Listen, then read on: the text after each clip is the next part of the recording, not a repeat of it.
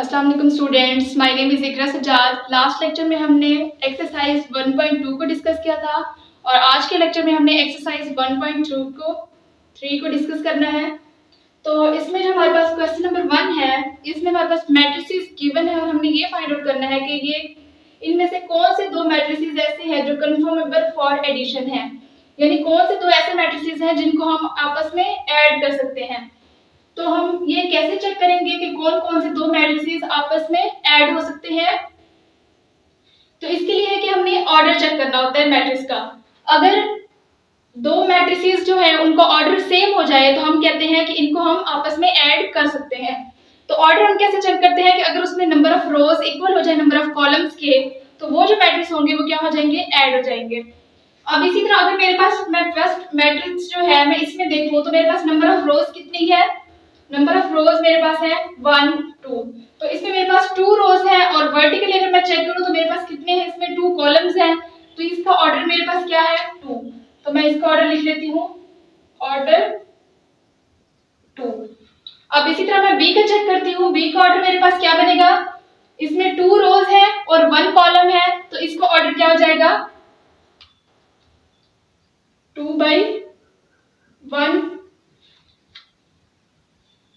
2 रोज है मेरे पास और 1 कॉलम है। और इसी तरह इसमें अगर मैं चेक करूं तो मेरे पास इसमें 3 जो मेरे पास है वो रोज है और 2 मेरे पास क्या है, कॉलम्स। तो इसका ऑर्डर क्या हो गया, 3/2। इसी तरह इसका क्या हो गया, 2 रोज एंड 1 कॉलम, तो 2/1। और इस मैट्रिक्स में हमारे पास कितने हैं, इसमें 2 रोज है और 2 कॉलम्स है, तो 2/2, यानी इसका ऑर्डर भी 2 हो गया। जैसे इसका मेरे पास था 2/2 और इसमें मेरे पास 3 रोज एंड 2 कॉलम्स, तो 3/2। अब मेरे पास कौन कौन से ऐसे मैट्रिसेस हैं जिसमें ऑर्डर सेम है। ए का मेरे पास ऑर्डर कितना है, 2/2। इसी तरह मेरे पास ई का भी 2/2 है। तो ये जो दो मैट्रिसेस हैं ये आपस में कंफर्मेबल हैं फॉर एडिशन। तो यहां पे लिख लेंगे हम A and E are conformable for addition. इसी तरह और कौन से दो मैट्रिसेस बन जाएंगे, बी में मेरे पास 2/1 है और इसी तरह मेरे पास डी में भी 2/1 है। तो बी और डी जो हो जाएंगे वो क्या हो जाएंगे, are conformable for addition. B and D are conformable for addition. इसी तरह मेरे पास ये मैट्रिसेस जाएंगे, इसका 3/2 है और इसी तरह एफ में भी 3/2 है। तो ये जो दो मैट्रिसेस होंगे ये भी क्या हो जाएंगे, कंफर्मेबल फॉर एडिशन, क्योंकि इनके ऑर्डर आपस में सेम है। तो मेरे पास C and F are conformable for edition. तो इसके क्वेश्चन नंबर 1 में हमने जस्ट यही बताना था कि कौन से दो मैट्रिसेस आपस में कंफर्मेबल है। तो इसका क्वेश्चन नंबर 1 हमने कर लिया है। अब इसके क्वेश्चन नंबर 2 की तरफ प्रोसीड करते हैं। अब जो हमारे पास क्वेश्चन नंबर 2 है इसमें हमने क्या फाइंड करना है, इसमें हमने एडिटिव इनवर्स फाइंड करना है। और हमने पहले पढ़ा था कि जो हमारे पास एडिटिव इनवर्स होता है उसमें हमने क्या करना होता है, जस्ट साइन चेंज करने होते हैं। तो जो हमारे पास a है इसका एडिटिव इनवर्स क्या हो जाएगा, -a। इसी तरह जो हमारे पास मैट्रिसेस में एंट्रीज गिवन है उन सब के साथ भी हम माइनस से मल्टीप्लाई कर देंगे। तो जो उसमें पॉजिटिव हो जाएंगे, पॉजिटिव होंगे वो नेगेटिव हो जाएंगे और जो नेगेटिव होंगे वो क्या हो जाएंगे, पॉजिटिव। तो इसी तरह 2 पॉजिटिव है तो ये क्या हो जाएगा, नेगेटिव। 4 पॉजिटिव है ये भी नेगेटिव। इसी तरह ये -2 है तो ये क्या हो जाएगा, +2। और इसी तरह 1 क्या हो जाएगा, -1। और इसी तरह अगर हम बी मैट्रिक्स का, बी मैट्रिक्स जो है इसका अगर हम एडिटिव इनवर्स फाइंड करें तो वो -b = 1 पॉजिटिव है तो ये -1 0, -1 1 में चला जाएगा, 2 -2 -1 किस में जाएगा, 1 में, 3 -3 में, 3 -3 में,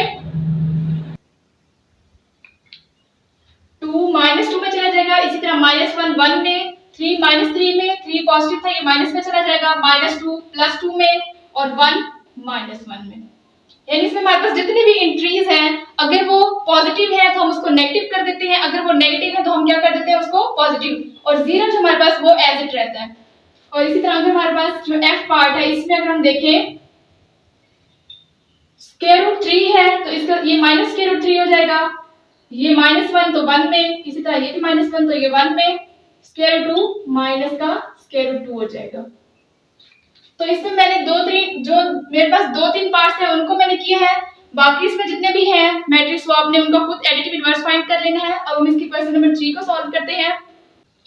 अब जो ये हमारे पास क्वेश्चन नंबर 3 है, इसमें हमारे पास 4 मैट्रिसेस गिवन है A, B, C and D, और हमने इसमें क्या फाइंड करना है।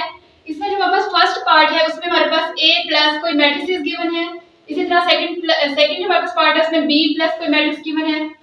तो हमने ये फाइंड आउट करना है, पहले इसकी फर्स्ट पार्ट को सॉल्व करते हैं।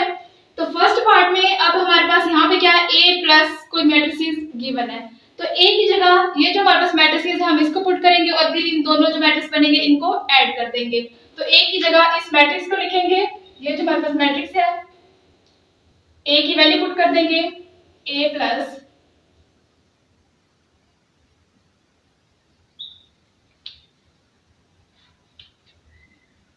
A किसके इक्वल है मेरे पास, यहाँ पे मैंने A की वैल्यू पुट कर दी -1 2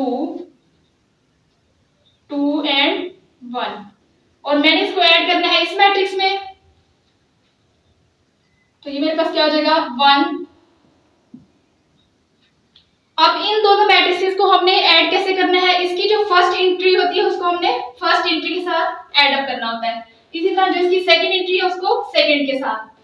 तो इसको हम ऐड करते हैं -1 प्लस का साइन एंड इसकी फर्स्ट एंट्री को यहाँ पे, इसी तरह सेकंड एंट्री को सेकंड एंट्री के साथ ऐड करेंगे तो 2 + 1 हो जाएगा। इसी तरह थर्ड एंट्री को इस मैट्रिक्स की भी थर्ड एंट्री के साथ तो 2 + 1। इसी तरह यहाँ पे जो फोर्थ एंट्री है उसको इस फोर्थ वाली एंट्री के साथ प्लस करेंगे तो 1 + 1। अब हम इसको ऐड अप करते हैं -1 + 1, ये हमारे पास 0 हो जाएगा।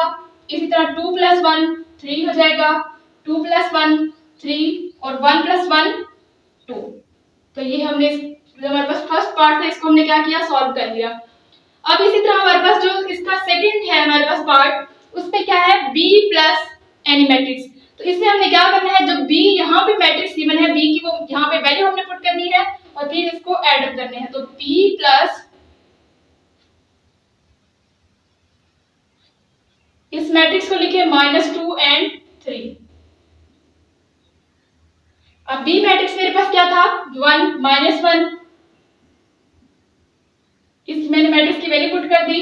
अब प्लस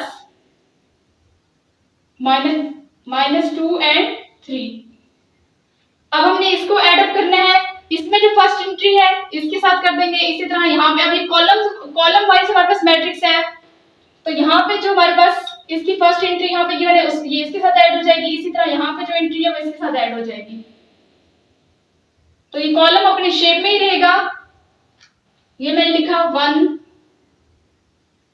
प्लस इंटू -2 और इसी तरह -1 प्लस और ये 3। तो ये मेरे पास क्या हो जाएगा 1 प्लस इंटू -2 मेरे पास क्या आ जाएगा -1 और इसी तरह -1 प्लस 3 2 हो जाएगा। ये हमने इसके सेकंड जो हमारे पास पार्ट था इसको हमने सॉल्व कर लिया। B मैट्रिक्स हमने यहाँ पे इसकी वैल्यू पुट की और इनको ऐड अप कर लिया। अब इसी तरह जो हमारे पास थर्ड पार्ट है इसमें C प्लस कोई मैट्रिक्स गिवन है, तो हम यहाँ पे C मैट्रिक्स की ये वैल्यू पुट करेंगे और फिर इसको ऐड अप कर देंगे। तो C प्लस ये मैट्रिक्स हमने लिखा -2 1 and 3 which is equal to, अब C मैट्रिक्स की वैल्यू 1 -1 2 और प्लस कर देना है -2 1 एंड 3 के साथ। तो ये हमारे पास रो शेप में है, तो ये हमारे पास रो फॉर्म में ही रहेगा। फर्स्ट एंट्री को फर्स्ट के साथ ऐड किया 1 प्लस इंटू -2, सेकेंड को सेकेंड के साथ -1 प्लस 1, इसी तरह थर्ड को थर्ड के साथ। तो अब हमने इसको ऐड अप कर देना है 1 प्लस -2 मेरे पास क्या आ जाएगा -1 प्लस 1 0 और इसी तरह जो मेरे पास 2 प्लस 3 है ये मेरे पास क्या हो जाएगा 5। तो इसके हमने फर्स्ट 3 पार्ट सॉल्व कर लिया। हम इसके जो फोर्थ पार्ट है उसको करते हैं। तो जो हमारे पास इसका फोर्थ पार्ट है उसमें हमारे पास क्या है D प्लस कोई मैट्रिक्स गिवन है। तो अब हमने क्या करना है, यहाँ पे पहले D की वैल्यू पुट करेंगे और फिर इस मैट्रिक्स के साथ ऐड कर देंगे। तो यहाँ पे डी की वैल्यू पुट करते हैं। डी मैट्रिक्स हमारे पास क्या गिवन है, डी प्लस जो ये हमारे पास मैट्रिक्स गिवन है 1 0 1 0 2 0 1। यहाँ पे हमने डी की वैल्यू पुट कर दी 1 2 3 -1 0 2 और प्लस कर देना इस मैट्रिक्स के साथ। तो ये मेरे पास क्या बन जाएगा 0 1 0 2 0 1। अब हम इन दोनों मैट्रिक्स जो है हमारे पास इसको ऐड कर देंगे। तो इसमें मेरे पास जो फर्स्ट एंट्री है वो फर्स्ट के साथ ऐड होगी 1 + 0, इसी तरह 2 1 के साथ 2 + 1, थर्ड एंट्री थर्ड के साथ 3 + 0। अब फोर्थ एंट्री जो हमारे पास है किसके साथ हो जाएगी, फोर्थ एंट्री 0 + 0 और इसी तरह 2 + 1। अब हम इसको ऐड करके आंसर लिख देंगे 1 + 0 1 2 + 1 3 3 + 0 3 -1 + 2 1 0 and 2 + 1 3। तो ये इसका फोर्थ पार्ट हमने डिस्कस कर लिया। अब जो हमारे पास इसका फिफ्थ पार्ट है, फिफ्थ पार्ट में हमें क्या गिवन है 2a, यानी हमने यहाँ पे a मैट्रिक्स यहाँ पे लिखना है और फिर उसको क्या करना है 2 से मल्टीप्लाई कर देना है। तो 2a मेरे पास किसके में बनेगा 2 × a मैट्रिक्स मैं यहाँ पे लिख दूंगी। मेरे पास a मैट्रिक्स क्या है -1 2 2 and 1। तो अब यहाँ पे जो 2 है इसमें ऑल एंट्रीज के साथ मल्टीप्लाई होना है। तो 2 -1 के साथ जब मल्टीप्लाई होगा तो मेरे पास यहाँ पे क्या आ जाएगा -2, इसी तरह 2 2s are 4 2 2s are 4 and 2 1s are 1। तो ये हमने इसका फिफ्थ पार्ट भी सॉल्व कर लिया। 2 1 के साथ मल्टीप्लाई होके 2 हो जाएगा। अब जो हमारे पास सिक्स पार्ट है, सिक्स पार्ट में हमारे पास क्या है -1 अब b के साथ मल्टीप्लाई होगा। तो b हम यहाँ पे मैट्रिक्स लिखेंगे और उसको -1 के साथ फिर मल्टीप्लाई कर देंगे। तो -1 × b, -1 ये बाहर रहा और ये b मैट्रिक्स हमने लिखा 1 -1। तो -1 जब इसके साथ मल्टीप्लाई होगा 1 के साथ तो ये मेरे पास क्या हो जाएगा -1। इसी तरह जब -1 के साथ मल्टीप्लाई होगा तो वो क्या हो जाएगा +1। तो ये इतना ही था। अब जो हमारे पास सेवंथ पार्ट है इसमें हमने क्या करना है -2 को c जो हमारे पास मैट्रिक्स है उससे मल्टीप्लाई करना है। तो यहाँ पे हम -2c किसके इक्वल आ जाएगा -2 × c मैट्रिक्स को यहाँ पे लिख लेंगे 1 -1 and 2।